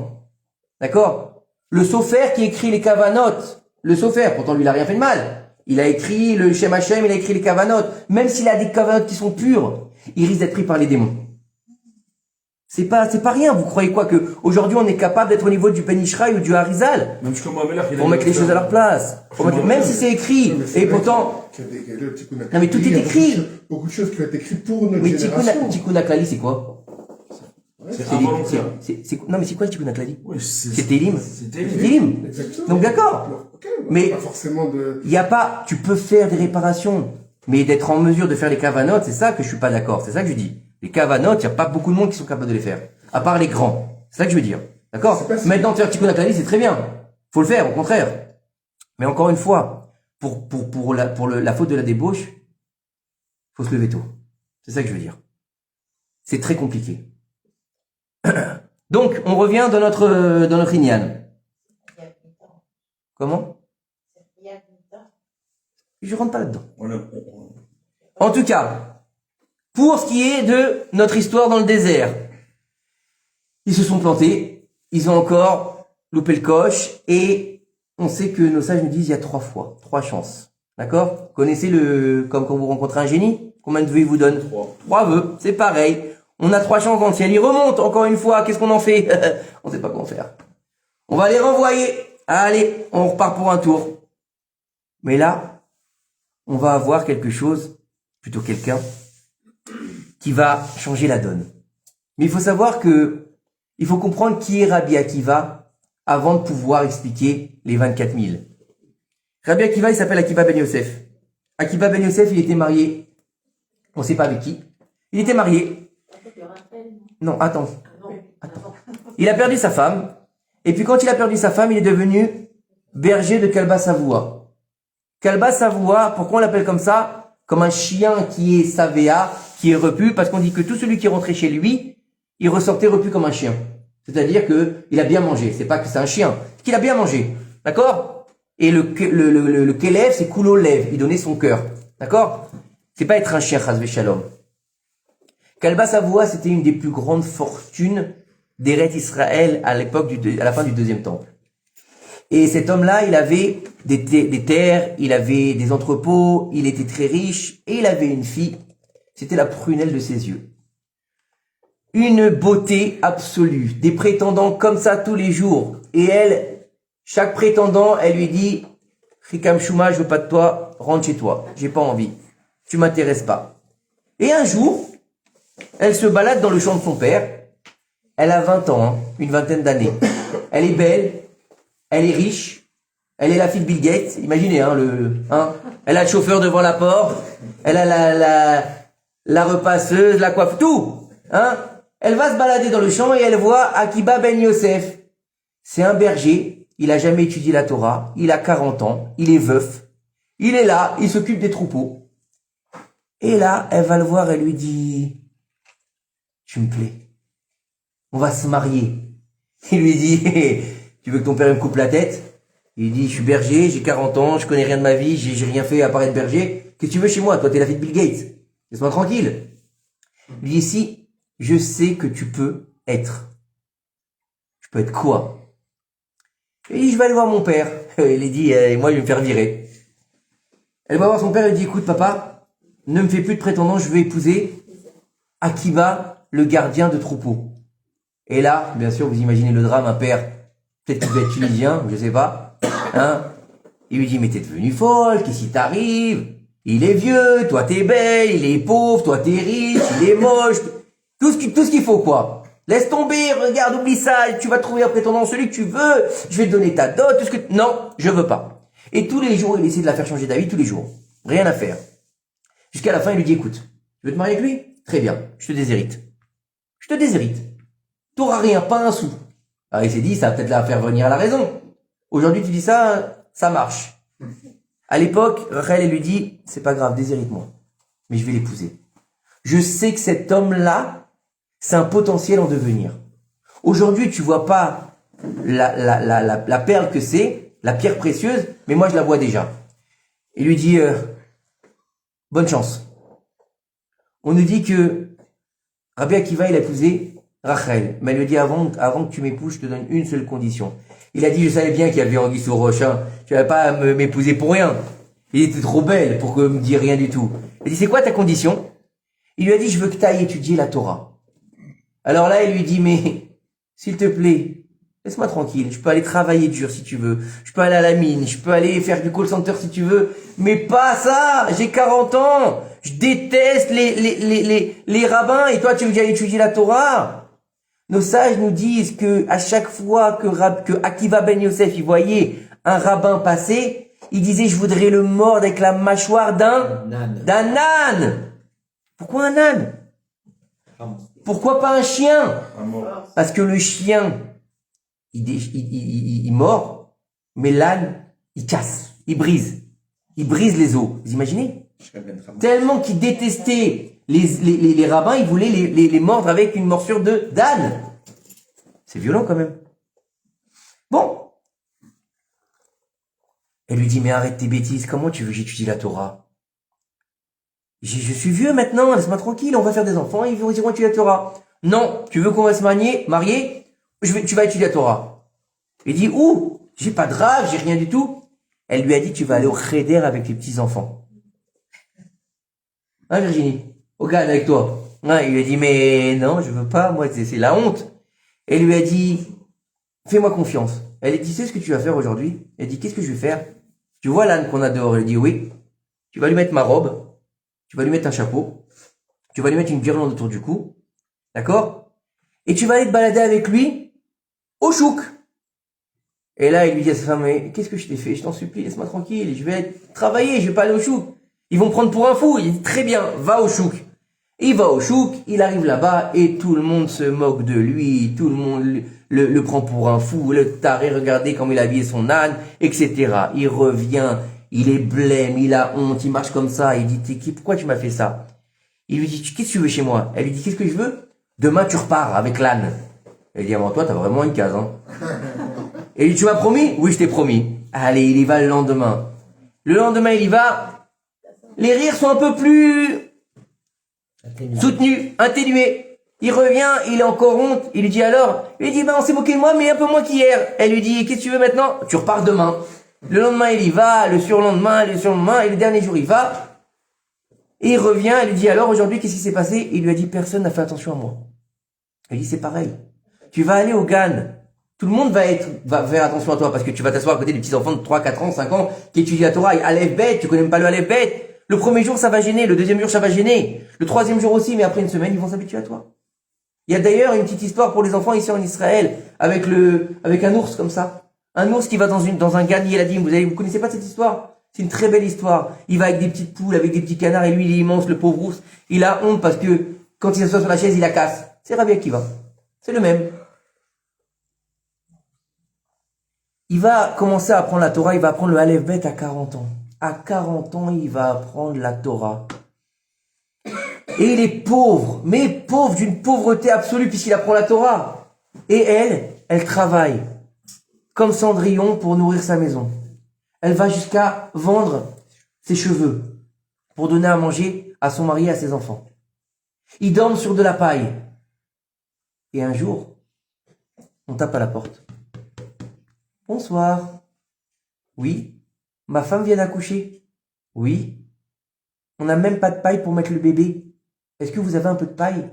Et là, Akiva, il est content, il lui dit, oui, j'ai plein de paille. Prends la paille. Et il lui donne la paille avec le sourire. Et il lui dit à sa femme, quand ils sont allongés et qu'ils parlent, et qu'il lui enlève les brindilles de paille des cheveux, il lui dit, j'espère un jour être assez riche pour t'offrir Yerushalayim Sel Zahav. Yerushalayim Sel Zahav, c'est pas la chanson, c'est pas non plus, c'est un diadème où est gravé dessus Jérusalem. À l'époque, c'était un des plus beaux bijoux de l'époque. Aujourd'hui, tu lui dis Jérusalem Sel Zahav, elle va dire combien de carats. Je préfère. Qu'est-ce que vous voulez faire? C'est pour ça qu'il faut bien choisir son épouse et son époux avec des bonnes midotes. Les bonnes midotes, c'est pas les mensurations, c'est les vertus. D'accord? Prenez-en une qui est jolie pour les garçons, je parle. Une jolie qui vous plaît parce que c'est important. Hein. C'est interdit d'épouser une femme qui ne vous plaît pas. Donc une qui vous plaît, mais qui a des bonnes midotes, plutôt qu'une belle et qui est bête. Et pareil pour les filles, qu'elles épousent pas une carte bleue, qu'elles épousent un bon garçon, qui a des bonnes midotes, Bezrat Hashem. Ça, c'était pour la petite parenthèse. En tout cas, il est content, il a donné sa paille et il commence à étudier la Torah. Et un jour, Akiva ben Yosef, il n'est pas encore rabbi, il va près du ruisseau et là, il a une vision qui va transformer sa vie. Une vision qui est toute simple. La nature, comme quoi le divin au service de la nature. Ou la nature au service du divin, comme vous voulez. Il voit dans la rivière qu'il y a de l'eau qui coule. Et il voit une pierre, un galet comme ça, un peu épais. Et il voit qu'au milieu, il y a un trou. Et il voit que l'eau, elle passe. Et il commence à se dire, mais comment est-ce que le trou, il a été fait dans cette pierre aussi dure? La pierre, c'est dur quand même. Il n'y a rien, je vois pas autour de carrière de pierre ou des choses qu'on aurait pu avoir l'homme qui a fait ça, parce qu'il voit que c'est vraiment pas fait par un outil, quoi. Il se dit, il y a quelque chose. Et il réfléchit, il en vient à la conclusion que c'est l'eau qui, goutte à goutte, elle a commencé à percer le rocher, la pierre, appelez-la comme vous voulez. Et là, il a compris ce que sa femme, elle lui a dit. Il a dit, si l'eau qui est pas dure, l'eau elle est pas dure, l'eau c'est doux l'eau, d'accord? Elle est capable de transpercer la pierre qui est dure, alors à qui plus est la Torah qui est considérée comme du feu, qui est dur, donc le feu, elle pourra rentrer dans mon cœur qui est fait de chair. Il rentre voir sa femme et lui dit, je vais étudier la Torah. Et là, elle lui dit, au revoir, fais tes bagages. Allez, au revoir. Il part pendant 12 ans. Pendant 12 ans, il voit pas sa femme, il voit pas ses gosses, il étudie la Torah. Il revient au bout de 12 ans et il va entendre une histoire entre la voisine et sa femme Rachel. Il va lui dire, Rachel, jusqu'à quand est-ce que tu vas vivre comme une veuve? Ton mari, tu crois quoi qu'il est en train d'étudier la Torah? Ça fait 12 ans qu'il l'a pas vu. Ça se trouve, il est en train de batifoler avec une autre. Il t'a oublié. Tu sais quoi? Refais ta vie. Laisse tomber cette histoire. Il a dû t'oublier. Il reviendra jamais. Et là, Rachel, elle lui dit, s'il revient maintenant, je voudrais qu'il reparte étudier la Torah encore 12 ans. De ça, je me dis que Rabbi Akiva, il a même pas frappé à la porte. Il a tourné les talons, il est reparti pendant 12 ans. Nos sages nous disent que s'il avait tapé à la porte et qu'il était rentré chez lui, il serait resté chez lui. Il est reparti pendant 12 ans. 24 ans, il est parti. C'est pour ça qu'on lui compte 24 ans, parce qu'il n'est pas rentré. Mais en fait, c'est 12 ans et 12 ans. Il revient après 24 ans avec 24 000 élèves. Et on va nous dire que ces 24 000 élèves, ils sont morts pendant la période, donc du premier jour de Pessah jusqu'au 33e jour du Homer, parce que ils se sont pas donné du kavod les uns envers les autres. C'est marqué dans la Gemara. Et qui sont morts d'une mort atroce. D'accord? Il s'est tout fait. Donc maintenant, je peux vous poser une question. Depuis quand ne pas avoir du kavod envers les autres, ça mérite la mort? Quelqu'un qui mange pas kasher, est-ce qu'il mérite la mort? Non. Quelqu'un qui fait pas Shabbat, s'il a 2 témoins, oui. Mais il n'y a pas marqué dans la Torah, si t'as pas donné de kavod à ton ami, tu dois mourir. C'est marqué nulle part. Par contre, il y a marqué, celui qui fait pas Shabbat et qui a 2 témoins, moi tu mates. Oui ou non? C'est marqué. Donc pourquoi ils sont tous morts? Alors écoutez bien. Akiva ben Yosef qui devient Rabbi Akiva. Rabbi Akiva, c'est un converti, fils de converti. D'accord? Il va épouser Rachel bat Kava Savoua. Et Rachel va le faire devenir Rabbi Akiva. Puis, il va avoir ses fameux 24 000 élèves. Et on sait que Pinchas, quand il est venu tuer Zimri, il est venu avec un romach. Romach, ce sont les mêmes lettres que Rachem. Il lui dit par allusion, aujourd'hui, je te tue, mais demain, j'aurai pitié de toi. Qui est-ce qui est venu taper à la porte de Rabbi Akiva? Ce vieux monsieur qui est venu le tester, c'est Eliyahu Hanavi. Et Pinchas ou Eliyahu, c'est les mêmes. Donc Pinchas, il est revenu, et cette fois-ci, il a eu de la Rachmanout pour Rabbi Akiva. Donc pour Zimri ben Salou, donc pour Shrem. Donc en fait, si on continue comme ça, Rabbi Akiva va perdre sa femme. Non, mais Rabbi Akiva, c'est qui par rapport à Zan Ben Salou? C'est lui. Ouais. Oui, c'est lui. Tu vas voir, c'est pas fini encore. Écoutez bien. C'est Shrem aussi. Mais du côté de le côté de la kippa et du côté de la pureté, d'accord? C'est divisé, d'accord? C'est au niveau des étincelles. Écoute bien, c'est pas fini. Donc, Rachel, la pauvre, elle meurt.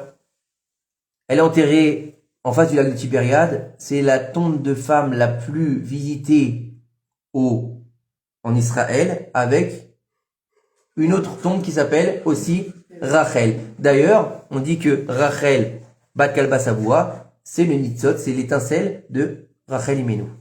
D'accord? Qui s'appelle Mama Rachel. Alors écoutez bien. Maintenant, nos sages nous disent que à l'époque de Rabbi Akiva, il y avait un homme, un Romain, puisqu'on est dans l'époque romaine, on a passé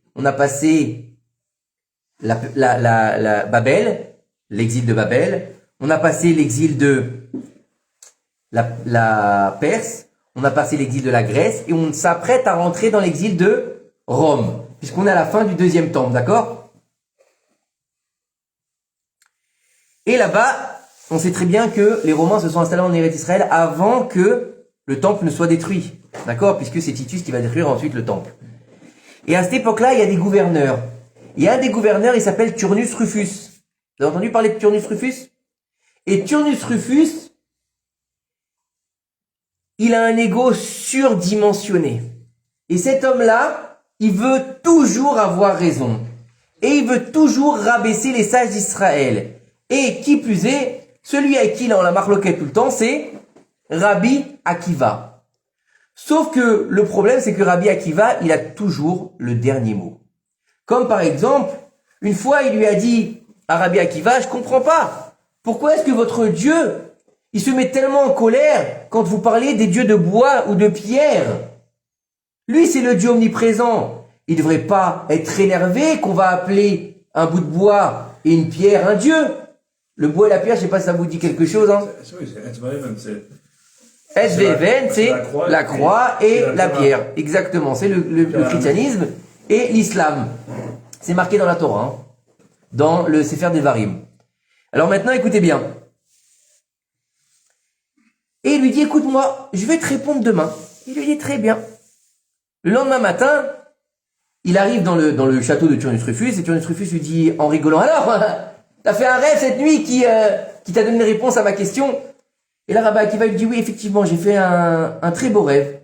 Il lui dit, c'est quoi ton rêve? Il lui dit, j'étais en train de promener mes chiens dans le parc, et à un moment, ils se sont sauvés. Et je les ai appelés, Turnus Rufus, Rupina, venez ici, revenez. Et là, Turnus Rufus, il se met en colère. Comment tu oses appeler tes chiens comme mon prénom et le prénom de ma femme? C'est une honte. Et là, il lui dit que tes oreilles entendent ce que tu viens de dire. Si moi, c'est juste dans un rêve que j'ai appelé des animaux comme toi et ta femme, à plus forte raison, Dieu doit se mettre en colère qu'on va appeler du bois ou de la pierre Dieu. Et à chaque fois, c'est pareil. À chaque fois, il le remet à sa place. Un jour,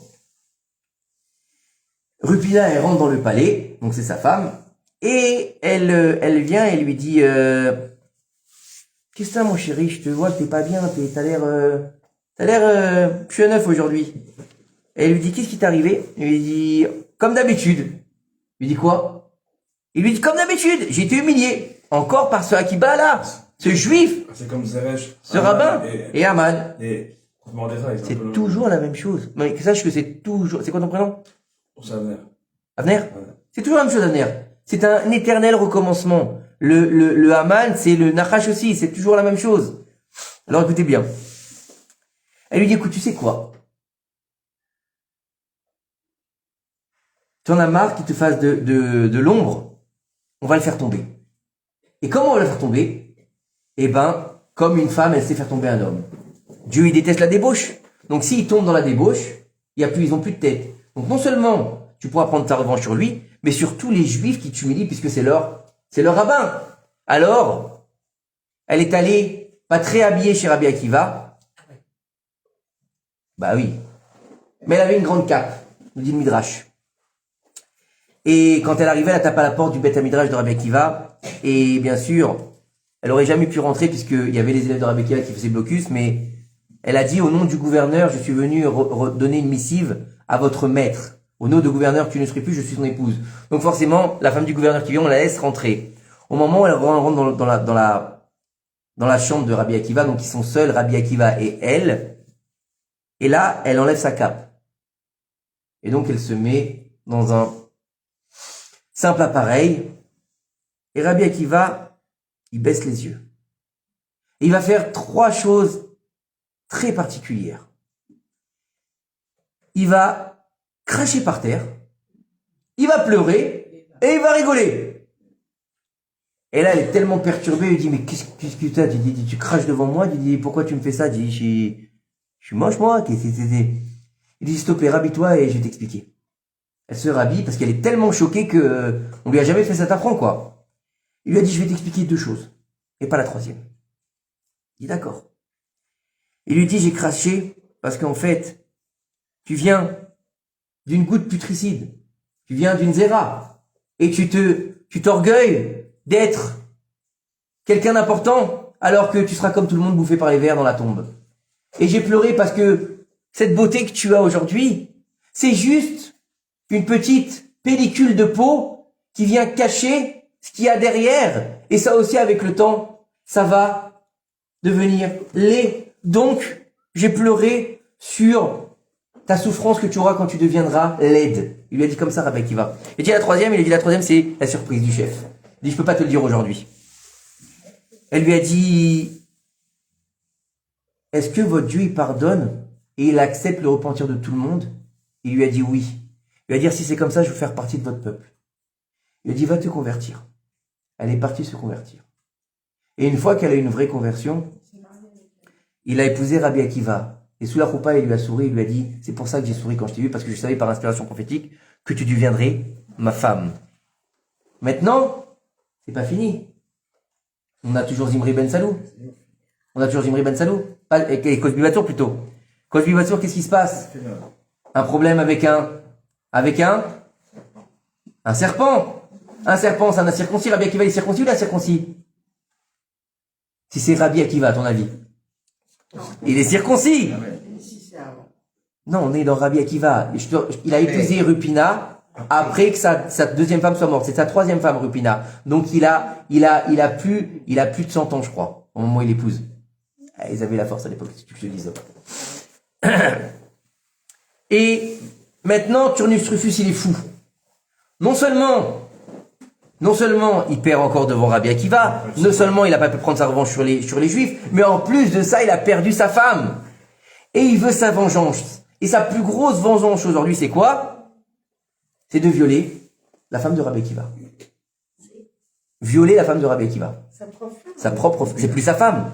Maintenant qu'elle est juive, le plus grand affront qu'il pourrait faire à son ennemi de toujours, c'est de salir sa fame. Oui ou non? Puisque maintenant elle est censée être juive. Et comme lui c'est un incirconcis, donc il vient faire l'affront comme Shrem l'a fait avec Dina. Vous avez compris ou pas? Donc maintenant il va, Rabbi Akiva n'était pas là, il rentre. Elle lui dit, tu es ma femme. Elle dit non, je suis plus ta femme. Si tu es ma femme, je t'en supplie, juste une dernière fois pour se rappeler le bon vieux temps. Et là elle lui dit, je préfère mourir que d'être touché par un incirconcis. Regardez bien ce que nous disent nos sages. Elle s'est reculée, elle a cassé la fenêtre en se reculant. Et quand il s'est approché d'elle, elle a pris un morceau de la fenêtre et elle s'est suicidée. Pour ne pas tomber dans les mains d'un non-juif. Et par là, elle a fait la réparation et de Dina et de Zimri Ben Salou. Du côté de la pureté avec Dina et du côté de l'impureté avec Zimri Ben Salou. Et c'était une convertie. Donc on a le côté de Dina et le côté de Zimri. Ok? Maintenant, on a dit qu'on a fait aussi le tikkun avec Lévi par rapport à Eliyahu Hanavi et Pinchas. Nachon? Quand il est venu lui demander de la paille. Ensuite, on sait que Rabbi Akiva, c'est Zimri Ben Salou et Shrem. Mais il n'a pas fini son tikkun. Et on sait qu'il y avait 24 000 dans les 2 histoires. Les 24 000 élèves, ils se sont pas donné de kavod. Et ils sont morts. Non. Le Rama de Pano, il nous dit, c'est pas qu'ils se sont pas donné de kavod.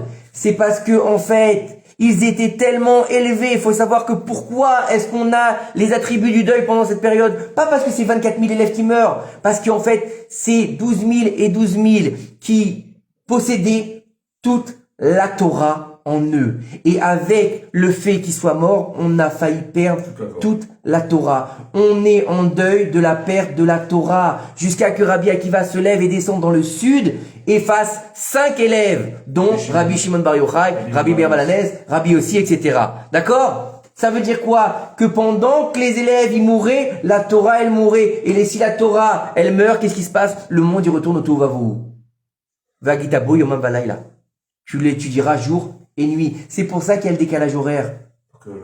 Pour que quand nous on dort, de l'autre côté du globe, ils étudient la Torah. Et que quand eux ils dorment, nous on étudie la Torah. Qu'il n'y a jamais une seule afsaka d'étude de la Torah. Parce que sinon le monde y retourne au Tohu Vavohu. Donc ça fait qu'en fait, pourquoi on a toutes ces lois de deuil?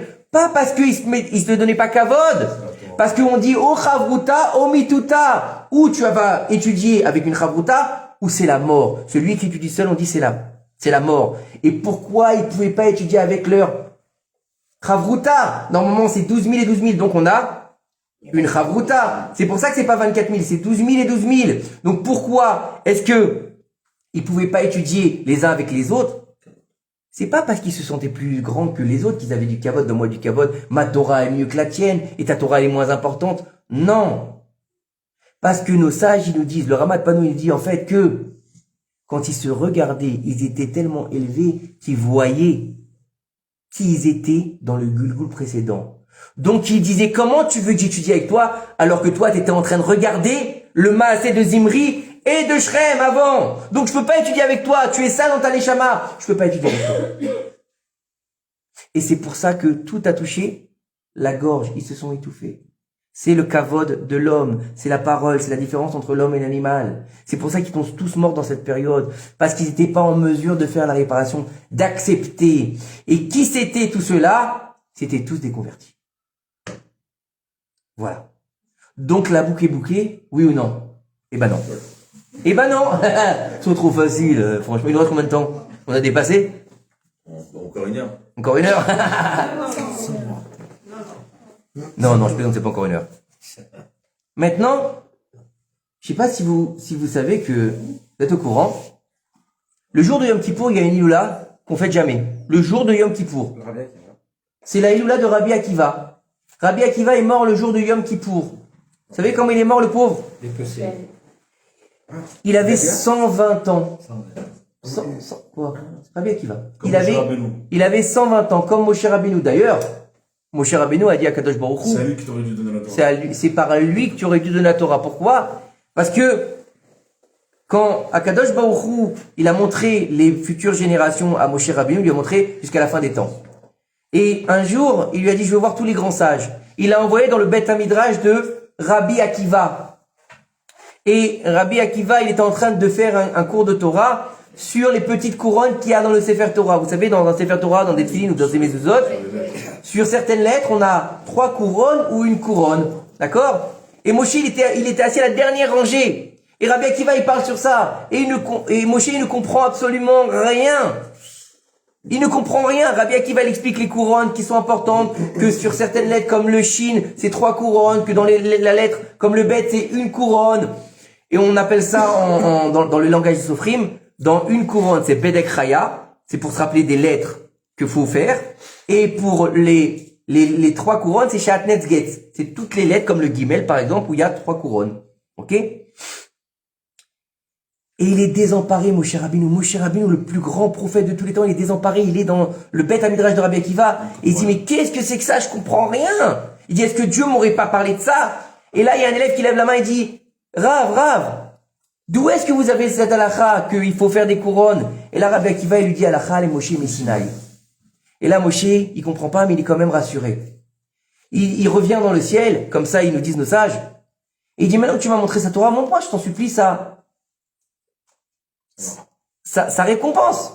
Et là, il le voit dans une boucherie romaine, tout nu, à 120 ans, en train d'être dépecé par des peignes de fer. Et on prend sa chair et on les met à la pesée pour donner à manger aux chiens. Il dit, c'est ça, il lui dit, c'est ça, sa Torah, c'est ça, sa récompense. Lui, il a dit, je toque. Je sais ce que je fais. Alors, écoutez bien. Maintenant, on va revenir à Rabbi Akiva. Rabbi Akiva, ça, je me dis qu'il était fort. Donc, il était assez volumineux. Donc, il y avait beaucoup de souffrance. D'accord? Le jour de Yom Kippour, il est nu dans une boucherie romaine. On est en train de lui enlever des kilos de chair. Imaginez la souffrance qu'il peut avoir cet homme-là. D'accord? Le jour de Yom Kippour, c'est le jour le plus saint de l'année. Et les élèves de Rabbi Akiva, ils disent, je t'en supplie, dis un Shem Hashem que tu puisses mourir tout de suite. Et Rabbi Akiva, il leur dit, toute ma vie, j'ai attendu ce moment, j'ai souhaité être à ce moment-là. Alors, je vous pose une question. Rabbi Akiva, il est maso. Il aime souffrir. Youpi! J'ai envie de souffrir. Faites-moi mal. Non. Rabbi Akiva, il sait qui il est. Rabbi Akiva, il sait qu'il est Zimri ben Salou. Il sait qu'il est Shrem. Il sait qu'il a fauté avec son corps. Donc il sait qu'il a réparé son âme d'un côté puisqu'il est devenu Rabbi Akiva. Donc au lieu d'avoir de la Touma, il a mis de la Gdusha dans son âme. Ok? Mais il veut réparer son corps. Et la seule façon de réparer son corps, c'est par la souffrance. Toute ma vie, j'ai attendu de pouvoir nettoyer mon corps de la faute que j'ai fait en tant que Zimri et en tant que Shrem. Donc laisse-les faire. Laisse-les m'enlever cette peau qui a touché l'impureté. Je suis nettoyé, je peux mourir propre. Je peux rejoindre mon créateur, nickel. J'ai plus cette peau qui me fait un lien avec la débauche de l'impureté. Vous comprenez? Donc c'est pour ça. Et comment il est mort?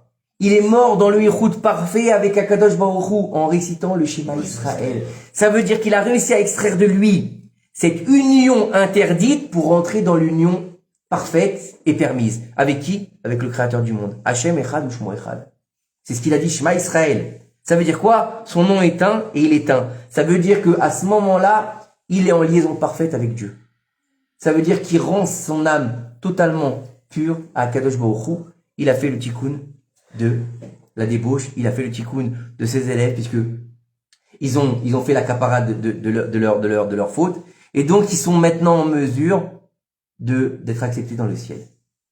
Donc, vous comprenez maintenant pourquoi c'est pas si simple l'histoire des élèves de Rabbi Akiva. Pourquoi est-ce que c'est pas simplement une histoire qui nous concerne depuis la fin du deuxième temple et que c'est pas simplement une histoire qui nous dit en 2025 de l'Hervé Riguer, ils sont morts, c'est pas grave. Non, c'est très grave. C'est pour ça que Rabbi Akiva est descendu dans le sud. Je l'ai dit la semaine dernière au cours, mais vous avez jamais posé cette question. Rabbi Shimon Bar Yochai, il est enterré où? Dans le nord. Rabbi Meir Balanès, il est enterré où? Dans le nord. Rabbi Akiva, il est enterré où? Dans le nord. Il est enterré à Tibériade. Qu'est-ce qu'il fait dans le sud? Oui, il va aller chercher dans le sud. Et on sait très bien que tous les grands Talmidei Chachamim de l'époque, ils habitaient où? Dans le nord. Dans le nord. Qu'est-ce qu'il fait dans le sud? Mais il n'est pas enterré dans le nord. Qui? C'est une grotte, c'est la dernière grotte où on a pu Rabbi Akiva. Il n'y a pas de tombe là-bas. Il est enterré en dessous. Mais de toute façon, il faut savoir que toutes les tombes, c'est des mausolées. Hein. Ouais. Par exemple, quand tu vas à Merat Marpella, ils sont pas enterrés en haut. Hein. Ils sont enterrés dans la cave. D'accord? Quand tu vas à Baba Salé, il est pas enterré dans la dalle. Hein. La dalle, il n'y a rien dans la dalle. Il est sous terre. Hein.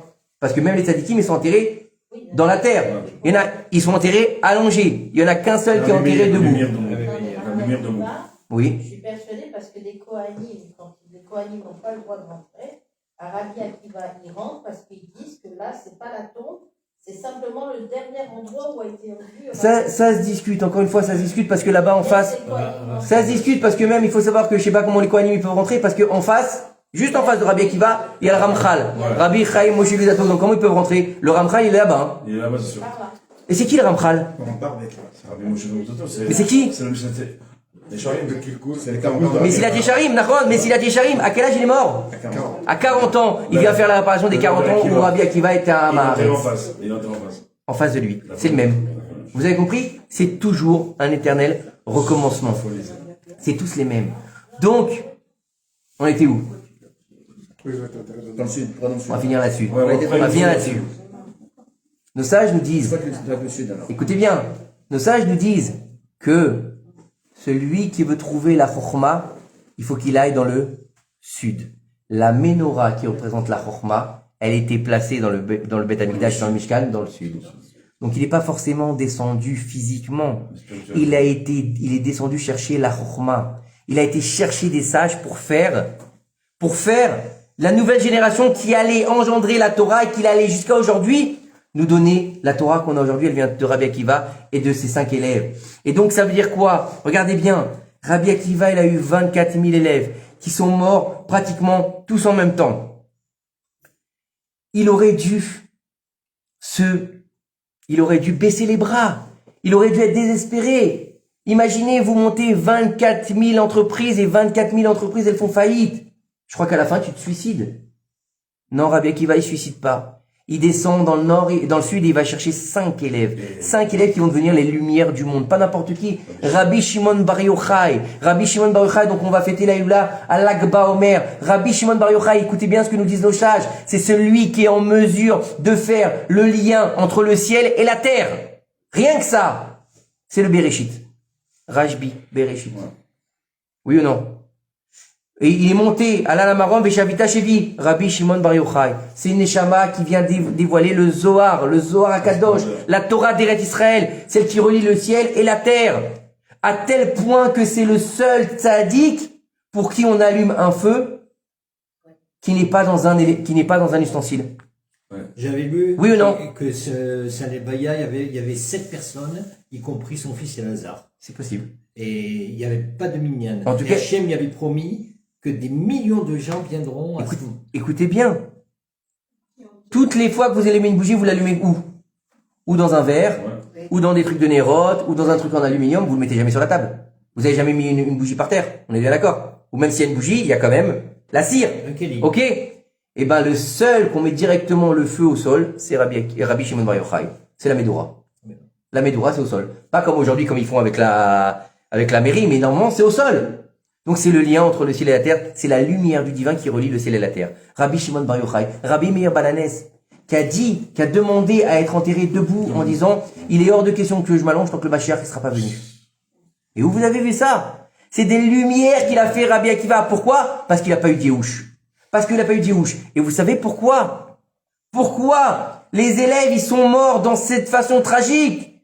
Parce que ce qui est grave, c'est de pas avoir de rave, mais ce qui est encore plus grave, c'est de ne pas écouter son rave. Et on dit de Rabbi Akiva, Amar Rabbi Akiva, Ve'afta l'eracha kamocha, Zeklal Gadol, Batora, il en a fait son cheval de bataille. Qu'est-ce qu'il a dit Rabbi Akiva? Tu aimeras ton prochain comme toi-même. Mais ils pouvaient pas se blairer. Donc ils n'ont pas écouté les enseignements de leur rave. Et celui qui relègue à la rabo, Chaya Bidei Shamaim. Celui qui ne fait pas ce que son maître il lui dit, qu'est-ce qui se passe? Il mérite la mort du ciel. Vous avez compris? La boucle, elle est bouclée. Ça veut dire qu'on est dans quelque chose de très fort, très profond, pas simple du tout, et qu'en fait, on ne doit pas prendre ça à la légère. On ne doit pas penser qu'on n'écoute pas la musique parce que il y a un truc qui s'est passé il y a presque 2000 ans à l'époque du deuxième temple. Ah, je me coupe pas les cheveux. Non. On va essayer de comprendre que ça doit nous remettre en question. Pas dans le deuil, dans le din. Dans le din, dans la période du din qu'on passe. Et on va essayer de passer du din à la rachamim pour recevoir justement la Torah dans la rachamim et pas dans le din. N'oubliez pas une chose, c'est que la première fois qu'on a reçu la Torah, qu'est-ce qu'il a dit à Kadosh Baruch Hu Bnei Israël? Soit vous l'acceptez, soit vous l'acceptez, soit vous mourrez. Voilà. Donc c'était contraint et forcé. Donc c'est dans le din. Et à Simchat Torah, c'est dans... C'est pas Simchat Torah, c'est à Purim. La Yedimaïta, Orav et Simcha, Kimouv et Kiblou. Kimouv et Kiblou, ils ont reçu la Torah une deuxième fois. Donc ça veut dire que le but d'aujourd'hui, c'est quoi? C'est de passer de cette Torah de Din à la Torah de Rachamim. Comment tu passes cette Torah de Rachamim? Dans la nature. Notre travail aujourd'hui, il est là. C'est-à-dire que la première Géoula, elle était son et lumière. Les 10 plaies, la mer, comment dire, Pharaon, l'Égypte qui se détruit. Vous avez vu le film, non? Hein? Un truc de fou, oui ou non? Et après, dans le désert, et le don de la Torah, il y a des tonnerres, des éclairs, il voit les lettres. Vous avez déjà vu des lettres, vous? À part si t'es bourré, tu vois pas de lettres, hein, mais bon. C'est un truc spectaculaire. Et donc ça c'est le Sefer Torah. Tout est spectaculaire. 40 ans, ils mangent pas, ils mangent de la manne. 40 ans, ils ont un transport en commun gratos. Ils n'ont pas besoin de changer de vêtements. Toi, au bout de 6 mois, ton costume, il ressemble plus à rien. Eux, pendant 40 ans, ils ont le même pyjama. Tranquille. Allez hop, et il grandit avec eux. Ils ont un puits qui les suit. Où t'as vu ça? Bien sûr qu'ils n'ont pas voulu rentrer en Eretz Israël. Dis-moi, on te dit, t'es nourri, logé, blanchi. D'accord? Tu dois étudier la Torah toute la journée. Et demain, on va te dire, tu vas aller bosser. Tu vas retrousser tes manches et tu vas aller bosser. Qui c'est qui a envie de faire ça? Personne. Ils n'ont pas compris juste que c'était le but de la sortie d'Égypte. Mais bon, ça c'est encore une autre histoire. En tout cas, il faut comprendre que aujourd'hui, on n'est pas dans la sortie d'Égypte. On est dans la Megillat Esther. La Megillat Esther, c'est quoi? Il y a écrit nulle part le nom de Dieu. Tout ce qui se passe, c'est des choses qui pourraient se passer.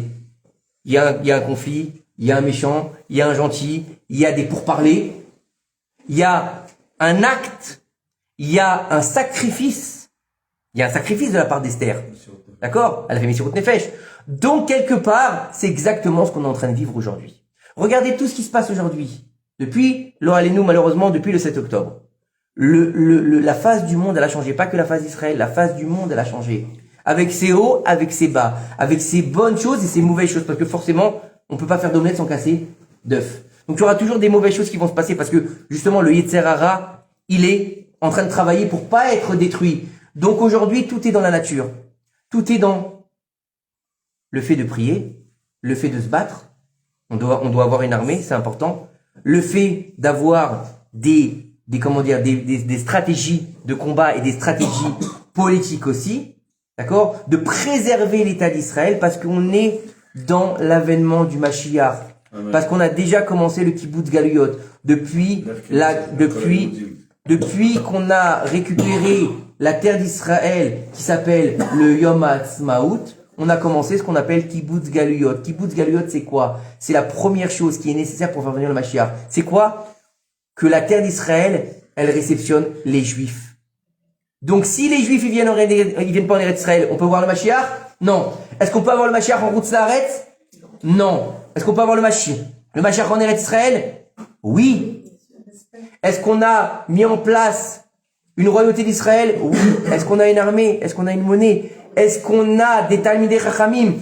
Est-ce qu'on a beaucoup de Torah en Eretz Israël? Oui. Mais tout le monde va me dire, oui, mais j'ai lu dans la Gemara que le Mashiach il viendra quand tout le monde sera chayav, ou que tout le monde sera donc obligé. Donc soit il sera plus dans la Torah, soit il sera dans la Torah. Oui ou non? Oui. Soit ce sera le balagan total et personne ne voudra être religieux, soit tout le monde sera religieux. Hein, vous avez tous entendu ça. Et moi, j'ai entendu, il y a quelques années, une explication extraordinaire du Rav Yoel Ben Arouche. Il dit, ce sera pas ou ça, ce sera et ça, et ça.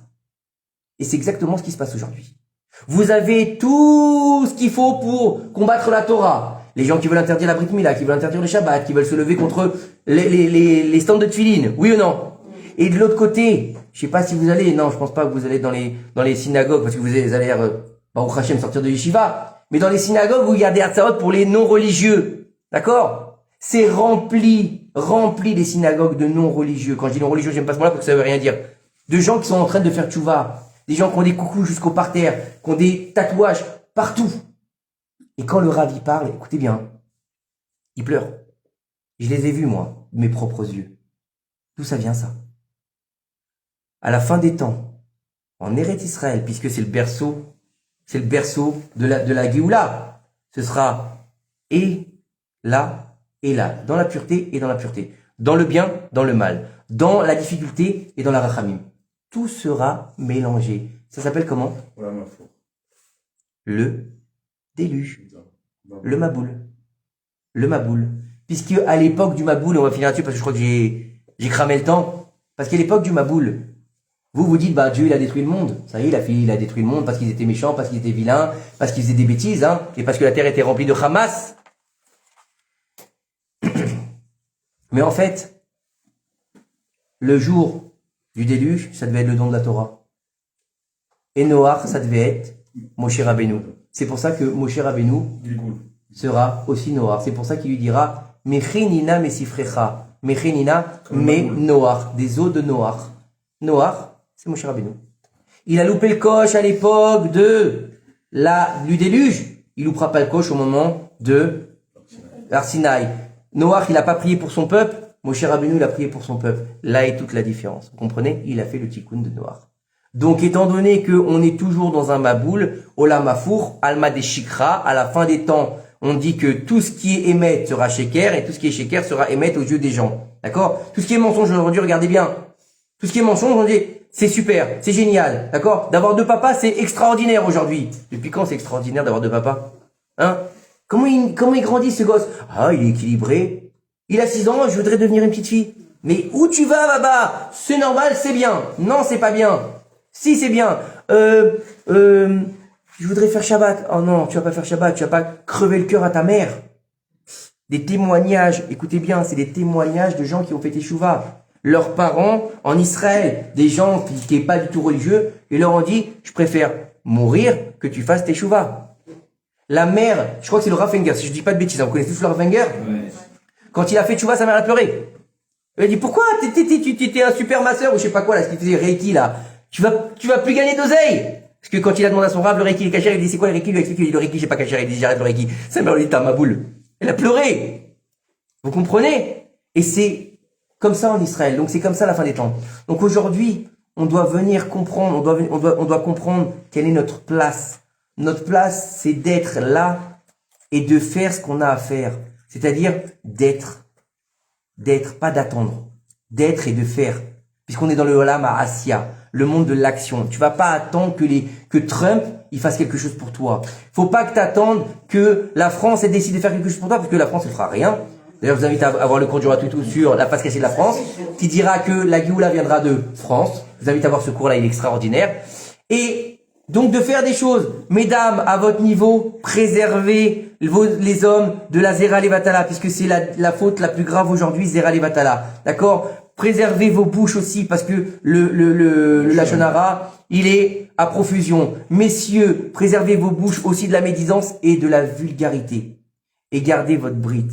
Parce que c'est ça, le sceau d'Akadosh Baruch Hu, c'est la brite. Et on a besoin de garder notre brite. Parce que justement, Ishmaël, il a eu le mérite de faire la brite à 13 ans. Et donc, il a eu le mérite de gagner 1300 ans, d'être le gardien du temple. Et il a fait une chose qui était terrible au 7 octobre. Il a sali sa brite. Donc, il a plus la shmirat à Brit Mila. Donc, nous, en gardant notre Brit Mila, on peut faire venir le Mashiach. Baruch Adonai Elohim, Amen ve Amen.